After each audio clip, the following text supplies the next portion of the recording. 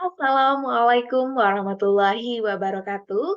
Shalom, Om Swastiastu, Namo Buddhaya, salam kebajikan. Halo semuanya, perkenalkan, saya Baby Aulia. Pada video kali ini, kita akan membahas materi bahasa Indonesia, yaitu struktur dan kaidah kebahasaan teks tanggapan.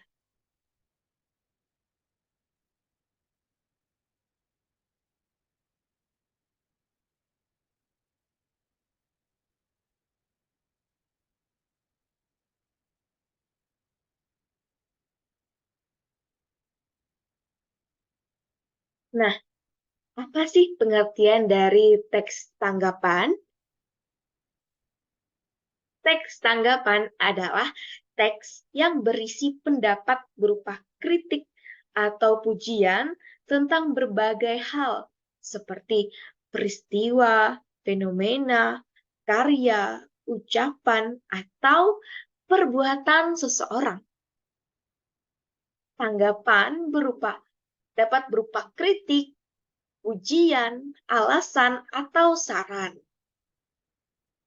Nah, tanggapan berupa kritik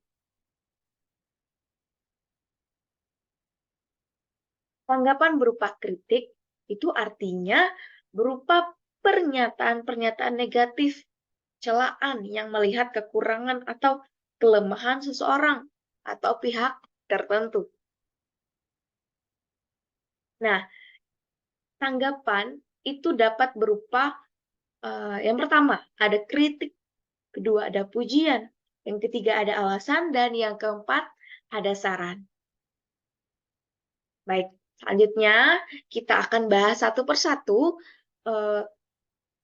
Tanggapan dapat berupa yang pertama tadi ada kritik.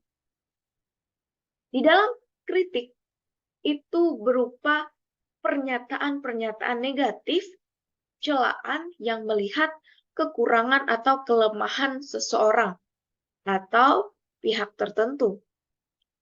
Dapat kita lihat contohnya, peran Citarum semakin berkurang karena penghancuran wilayah sungai dan sungainya yang dilakukan oleh manusia.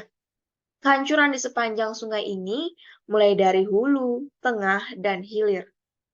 Manusia yang menghancurkan, manusia pula lah yang menderita akibat kehancuran ini. Dapat kita ketahui di contoh menjelaskan pernyataan-pernyataan negatif tentang peran Citarum di wilayah sungai di Cekungan Bandung. Selanjutnya, tanggapan yang kedua itu dapat berupa pujian.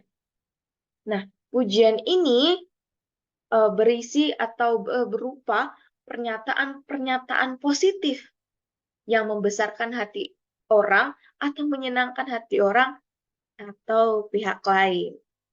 Nah, dapat kita lihat pada contoh. Yang pertama, Citarum sudah nyata memberikan kehidupan bagi jutaan manusia sejak lama dan memberikan kehidupan bagi jutaan manusia yang terkait dengan air Citarum. Aliran air ini semula menjadi nadi peradaban. Sepanjang sungai menjadi pusat-pusat perkembangan budaya, tempat berbagi komunitas, warga bertemu, saling tukar barang, dan pengetahuan. Ini merupakan contoh dari tanggapan yang berupa pujian. Dapat kita lihat di sini mengandung pernyataan-pernyataan positif yang ada di teks tentang Citarum ini. Ya, selanjutnya, tanggapan itu dapat berupa alasan. Di dalam alasan itu berupa pernyataan yang mengungkapkan sebab atau alasan terjadinya sesuatu. Hal itu ditandai oleh penggunaan konjungsi sebab, karena, oleh karena, dan sejenisnya. Dapat kita lihat contohnya, penyedotan air tanah tidak sebanding dengan pengisian ulang air tanah secara alami disebabkan oleh kehancuran lingkungan di seputar Cekungan Bandung. Hal ini mengakibatkan terjadinya penurunan muka air tanah dangkal dan dalam. Penurunan muka air tanah ini menyebabkan terjadinya penurunan muka tanah yang kemudian akan mengganggu konstruksi jalan, bangunan, dan rumah. Ini merupakan contoh tanggapan yang berupa alasan.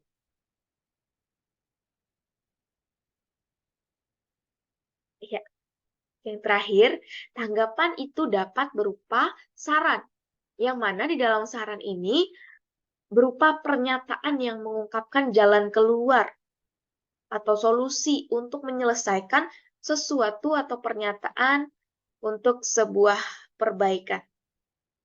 Hal ini ditandai oleh penggunaan kata-kata seperti perlu, sebaiknya, seharusnya, dan lain-lain. Dapat kita lihat pada contoh. Nah, masalah air bersih sudah menjadi masalah dan akan semakin menjadi masalah berat ke depannya bagi warga di Cekungan, Bandung.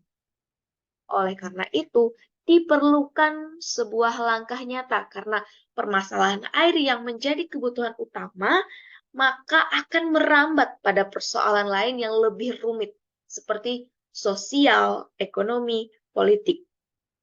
Dapat kita lihat pada contoh, kita menemukan kata diperlukan, perlu. Nah, ini mengandung kata yang berupa saran untuk menyelesaikan sesuatu. Oke, iya, baik. Selanjutnya, kita akan membahas struktur teks tanggapan.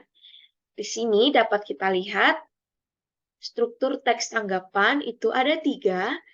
Yang pertama, ada konteks atau pengenalan isu yang berisi pernyataan umum berkaitan dengan masalah yang disampaikan. Struktur yang kedua, ada deskripsi teks, berisi informasi data atau pernyataan yang mendukung dan melemahkan pendapat. Struktur teks tanggapan yang terakhir atau yang ketiga, berisi penegasan ulang atau penilaian, yang mana di sini berisi penegasan ulang terhadap sesuatu yang telah dituliskan. Nah, dalam bagian ini, penulis dapat memberikan pernyataan atau tanggapan yang berupa kritik atau pujian. Nah, inilah tadi struktur teks tanggapan yang terdiri dari 3. Kita ulangi, yang pertama ada konteks atau pengenalan isu, yang kedua ada deskripsi teks, dan yang ketiga ada penegasan ulang atau penilaian. Nah, dapat kita lihat bersama, ini merupakan contoh teks tanggapan berdasarkan struktur. Yang pertama tadi, struktur teks tanggapan ada konteks atau pengenalan isu. Yang kedua, ada deskripsi teks. Yang ketiga, ada penegasan ulang atau penilaian. Dapat kita lihat di sebelah kanan, ini contoh dari konteks atau pengenalan isu. Yang pertama, saya sepakat OSIS meniadakan pesta perpisahan dan pentas seni untuk tahun ajaran ini. Keputusan tersebut sudah tepat karena kerumunan di sekolah rentan menjadi klaster baru penularan COVID-19. Nah, ini merupakan contoh dari konteks atau pengenalan isu struktur yang pertama ya. Kedua, ada deskripsi teks. Contohnya di sini World Matters mencatat sampai Senin pada tanggal 30 bulan November tahun 2020, Indonesia menduduki peringkat ke-22 kasus tertinggi COVID-19. Jumlahnya mencapai 538.883 kasus dengan 16.945 kematian. Data tersebut menunjukkan bahwa bahaya pandemi masih mengancam. Indonesia menduduki posisi tertinggi kasus COVID-19 di Asia Tenggara. Kita sebagai pelajar perlu berperan membantu menangani pandemi yang tak kunjung reda ini.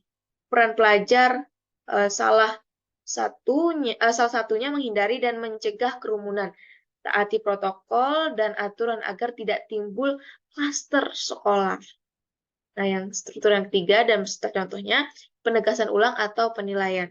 Contohnya, maka saya setuju dengan keputusan OSIS untuk meniadakan pesta perpisahan dan pentas seni. Keduanya dapat kita lakukan sewaktu-waktu setelah pandemi selesai. Nyawa manusia lebih penting dari hiburan yang hanya menyenangkan sesaat.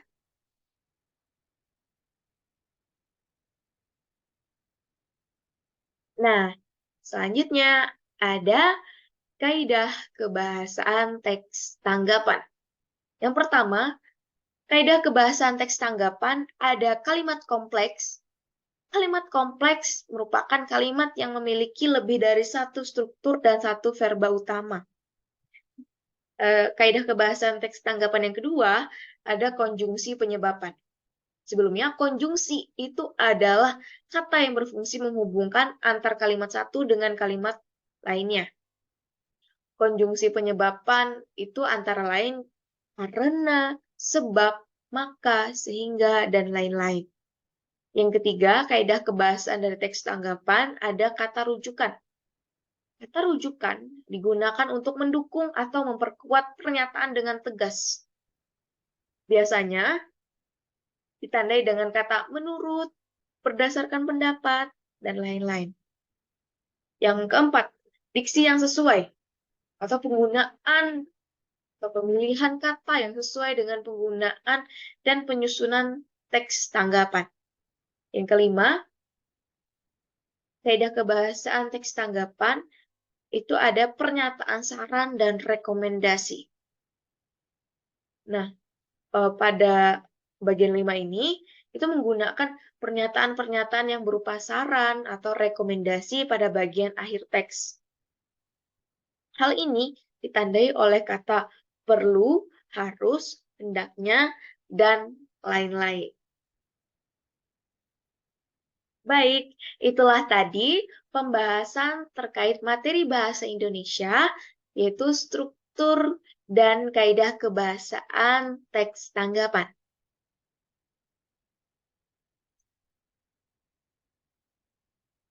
Wassalamualaikum warahmatullahi wabarakatuh. Shalom, sampai jumpa lagi.